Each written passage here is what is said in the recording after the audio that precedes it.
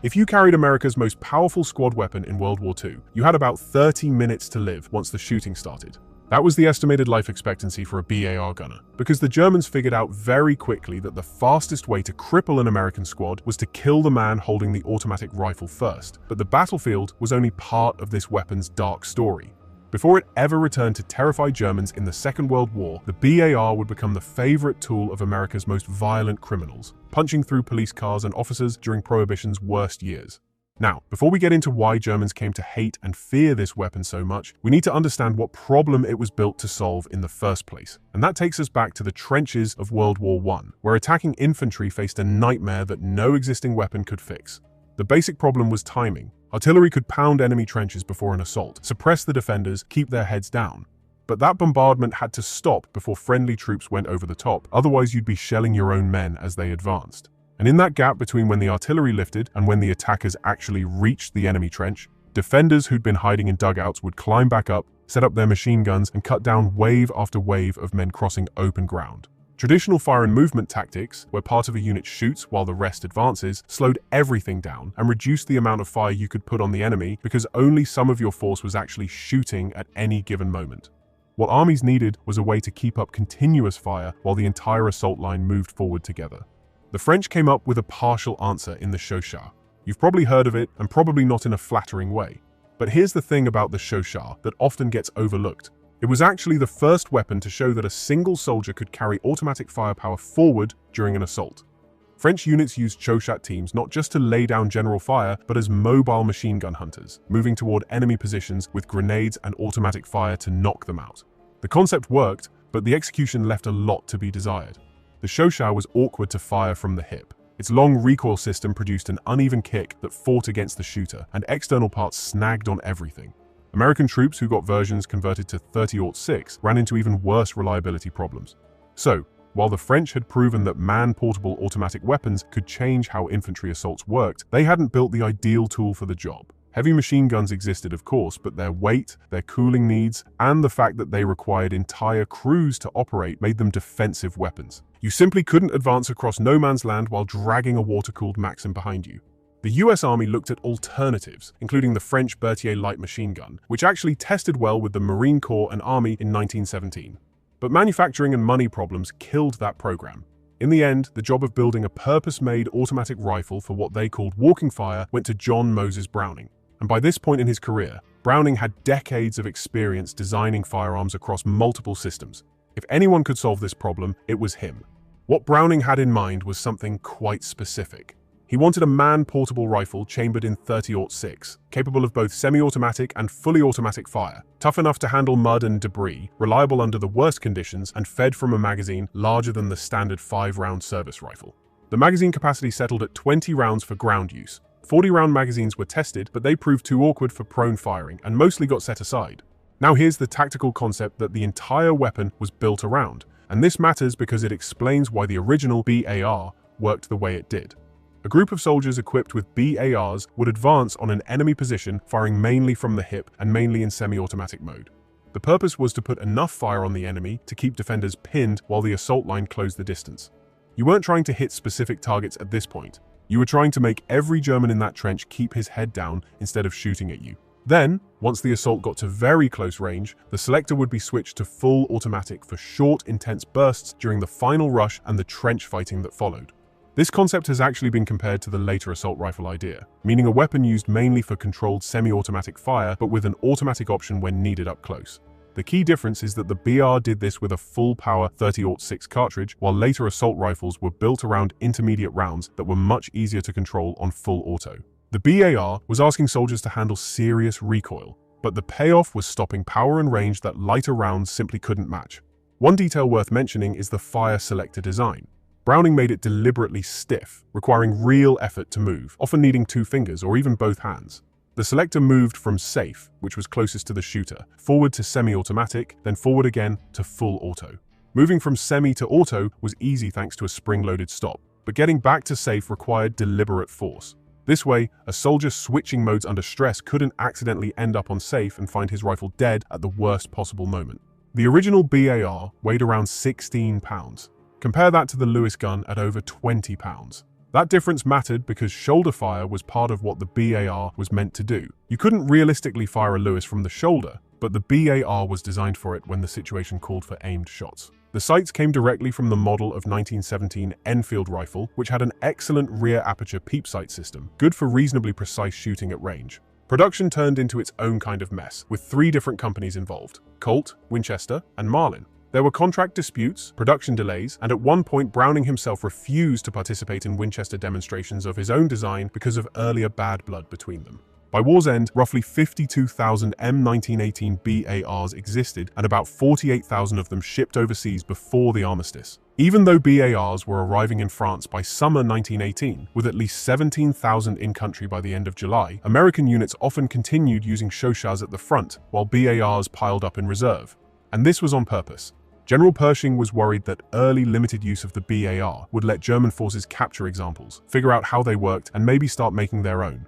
At the time, commanders still expected the war to go well into 1919, with major offensives planned for spring on both sides. Pershing saw the BAR as a potentially decisive weapon and didn't want to give it away too soon. His plan was to field it in large numbers all at once, equipping entire divisions at the same time rather than letting it trickle into combat piece by piece where the Germans could grab one and study it. Actual first combat use came on September 22, 1918, just before the Meuse-Argonne offensive. Early reports said it performed exceptionally well when firing, easier to handle and more effective than the Chauchat, which, to be honest, wasn't a difficult thing to achieve. Since engagements were still fairly rare and the rifle had limited time in the field, early tests often measured how well it held up under marching, mud, and lack of cleaning, rather than sustained firefights. The data showed that BARs were far less likely to be left behind during advances compared to other automatic weapons. When lighter guns broke down mid-assault, soldiers often abandoned them rather than stopping to fix them. And while 400 Chauchats got ditched during comparable operations, only 72 BARs suffered the same fate. The BAR came with its own dedicated webgear. 3 different belts existed, one for the gunner, one for the first assistant, and one for the second assistant. The gunner's belt was the most interesting because it included a metal cup mounted on the right side, designed specifically to hold the butt of the BAR during walking fire. Hip firing while advancing wasn't something soldiers improvised. It was official doctrine. From the very first encounters, the BAR terrified Germans who'd never seen or heard anything like it. American units reported capturing many prisoners who were simply too shaken by the new weapon to keep fighting. The armistice cut short the period when the BAR might have fully proven itself in that war, but the groundwork was laid for its fearsome reputation. But before the BAR would terrify Germans again in the next World War, it would play a role in some of the darkest events of the interwar years, and these had nothing to do with military service. When World War I ended, those 52,000 M1918 BARs sat in military depots and National Guard armories across America. Guard facilities had part-time staff and weaker security, which made them easy targets. And during Prohibition's most violent years, America's most notorious criminals took full advantage. Clyde Barrow made the BAR his signature weapon. He preferred it over the Thompson submachine gun because the .30-06 cartridge could punch through the thick steel doors and fenders of 1930s automobiles, something the Thompson's .45 ACP couldn't do reliably, which came in handy for firefights with police hiding behind their cars. On July 7, 1933, Clyde and Buck Barrow broke into a National Guard armory in Enid, Oklahoma, stealing 5 BARs, 46 Colt .45 pistols, and 10,000 rounds of ammunition. Clyde modified his stolen weapons by cutting down the barrel and gas tube, chopping the stock just behind the pistol grip, and welding 3 20-round magazines together to give himself 60 rounds before reloading. He was basically building crude versions of what Colt would later sell as the Monitor. The Barrow Gang's firepower was devastating against law enforcement armed with revolvers and shotguns. At a 1933 shootout in Joplin, Missouri, Bonnie Parker laid down covering fire with a BAR, while the gang killed 2 lawmen. One highway patrol sergeant recalled that the little red-headed woman filled his face with splinters on the other side of that tree with one of those guns. When Bonnie and Clyde were finally ambushed in May 1934, their car held 3 full-auto BARs and 100 loaded 20-round magazines. This violence led directly to the National Firearms Act of 1934, which slapped a $200 tax on machine guns. That might not sound like much today, but in 1934, dollars that came out to roughly $4,700, deliberately set high enough that most people could never afford it. Colt responded by developing the R80 monitor specifically for law enforcement, with an 18-inch barrel that brought the weight down to just 14 pounds. By the late 1930s, with another war looking more and more likely, the US Army decided to update the BAR. And this is where things started going wrong in ways that would affect soldiers for the next 2 decades. The M1918A2, adopted in 1938, was a fundamental change in how the Army thought about the BAR.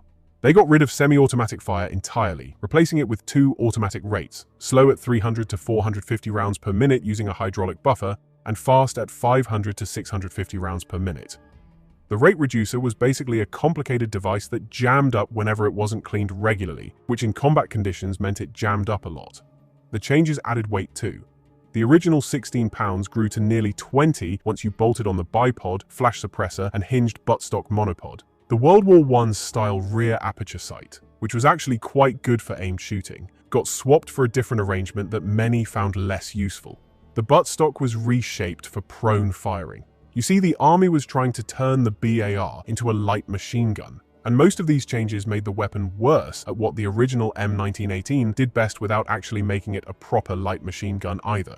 The bipod is a perfect example. It added nearly 3 pounds to a gun that was already pushing 20 pounds, and because it mounted at the muzzle, it actually caused barrel flex that hurt accuracy. Soldiers in the field often found it more annoying than helpful. The fixed barrel was the biggest problem compared to true light machine guns. Unlike the British Bren or the German MG34 and MG42, American gunners couldn't swap out overheated barrels during sustained fire. Accuracy dropped off badly after prolonged shooting, and the only fix was to limit yourself to controlled bursts. The funny thing is that FN in Belgium had offered the US Army their quick-change barrel design and better rate reducer back in 1938 to 1939, but the Army turned them down because it wouldn't work with existing M1918 receivers. So, what did soldiers actually do with all these improvements? They took them off. Lieutenant Colonel John George wrote that 2 weeks after they were on Guadalcanal, they'd thrown away all the gadgets, including the bipod, and were using the guns stark naked, the way old John Browning had built them in the first place. World War II production reached about 190,000 weapons. Training doctrine made the BAR the squad's only automatic weapon with a 3-man team: gunner, assistant gunner, and ammunition bearer. The gunner carried 220 rounds in 11 20-round magazines, while the assistant carried more magazines and stood ready to take over when the gunner went down. And that's the key word: when, not if. All squad members got basic BAR training because the Army expected designated gunners to become casualties. The BAR was the most dangerous thing to carry because eliminating that one weapon meant the whole squad's ability to put down suppressive fire dropped dramatically. So every German who spotted an American squad knew exactly who to shoot first. An intelligence report noted that in all infantry engagements, the enemy constantly gave priority attention